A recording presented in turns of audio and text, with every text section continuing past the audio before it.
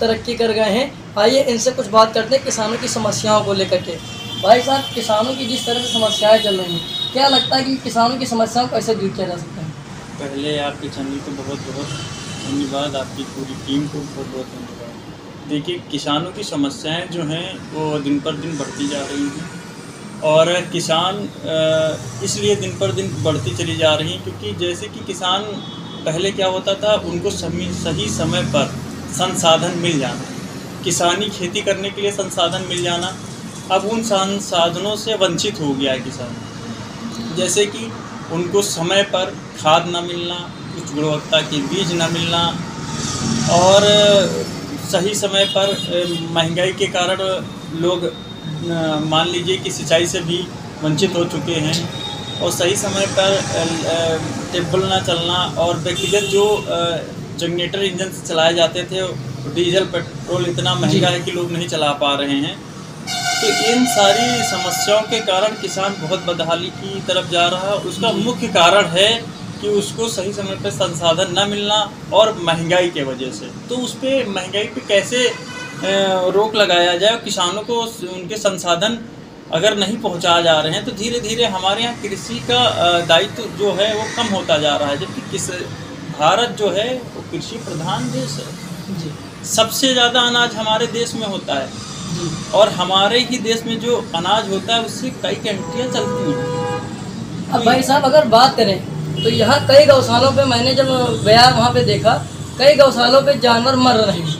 उस पर आप गौशाला पे आप भी निरीक्षण करने जाते हैं तो उस पर क्या समस्या है कि गौशाला में जानवर जीवित नहीं रह पा रहे हैं? देखिए, गौशाला जो हैं वो हम जहाँ तक कि मेरा प्रयास रहता है हर गौशाला पे जाके निरीक्षण करना और जो भी वहाँ की सुविधाएं अगर वहाँ से वंचित है तो शासन से कह के और आप लोगों के चैनल के माध्यम से कह भी चुका हूँ और कई गौशालाओं को निरीक्षण भी हमने किया है, वहाँ की सुविधाएं भी देखी और हमने उसके लिए प्रयास भी किए हैं और कई गौशालाओं में आज जाके देखे कि सुविधाएं हैं। लेकिन उस पर भी एक राजनीति चली थी, राजनीतिक लोग जो है उस पर अंकुश लगाने के लिए कि आप गौशाला के अंदर ऐसे नहीं जाएंगे। तो एक व्यक्तिगत अधिकारी से मैंने बात किया और मैंने कहा मैं स्वतंत्र हूँ और स्वतंत्र इंसान सोशल वर्कर है या किसी संगठन से है, जो भी है वो अपने न्याय के लिए और समाज के लिए आवाज़ उठा सकता है। फिर उस पर अभी आप हाल ही में देख रहे हैं कि जैसे कि गाय इसलिए मर रही क्योंकि उनके गौ जो इसलिए मर रही कि ठंडी में उनके लिए व्यवस्था नहीं है, गर्मी हो रही है तो उनके लिए ठहरने की व्यवस्था नहीं है, जहाँ ठंडी हो रही है तो उसमें ठहरने की व्यवस्था नहीं, पानी की व्यवस्था नहीं हो पा रही।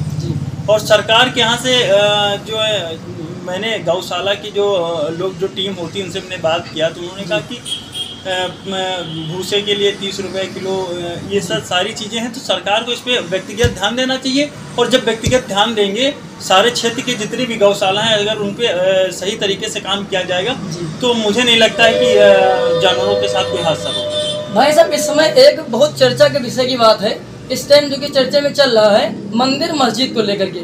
क्या लगता है कि अपने भारतीय जनता पार्टी सरकार में मंदिर मस्जिद को लेकर के लड़ाइयाँ हो रही हैं, बंटवारे माने जा रहे हैं कि हिंदू मुस्लिम में काफ़ी मारपीट के नौबत आ जाते हैं, क्या लगता है इस पर आप क्या कहेंगे?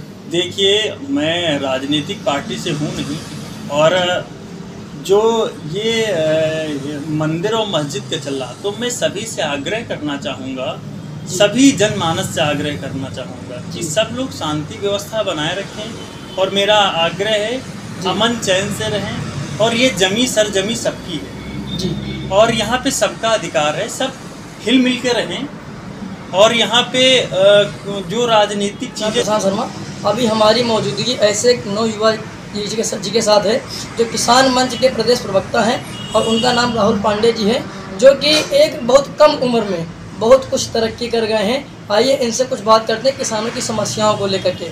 भाई साहब, किसानों की जिस तरह से समस्याएं चल रही हैं, क्या लगता है कि किसानों की समस्याओं को कैसे दूर किया जा सकता है?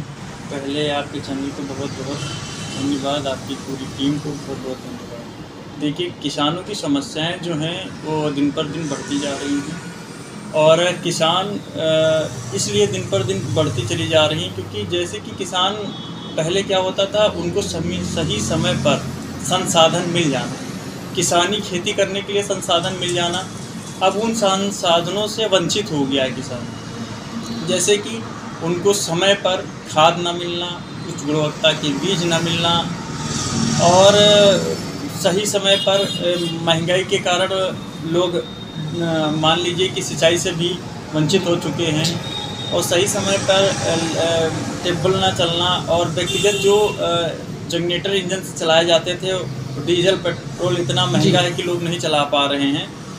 तो इन सारी समस्याओं के कारण किसान बहुत बदहाली की तरफ जा रहा है। उसका मुख्य कारण है कि उसको सही समय पर संसाधन न मिलना और महंगाई के वजह से। तो उस पर महंगाई पे कैसे रोक लगाया जाए, किसानों को उनके संसाधन अगर नहीं पहुंचाए जा रहे हैं तो धीरे धीरे हमारे यहाँ कृषि का दायित्व जो है वो कम होता जा रहा है। जबकि भारत जो है वो कृषि प्रधान देश है जी। सबसे ज़्यादा अनाज हमारे देश में होता है जी। और हमारे ही देश में जो अनाज होता है उससे कई कंट्रियाँ चलती हैं। अब भाई साहब अगर बात करें तो यहाँ कई गौशालों पे मैंने जब गया वहाँ पे देखा कई गौशालों पे जानवर मर रहे हैं।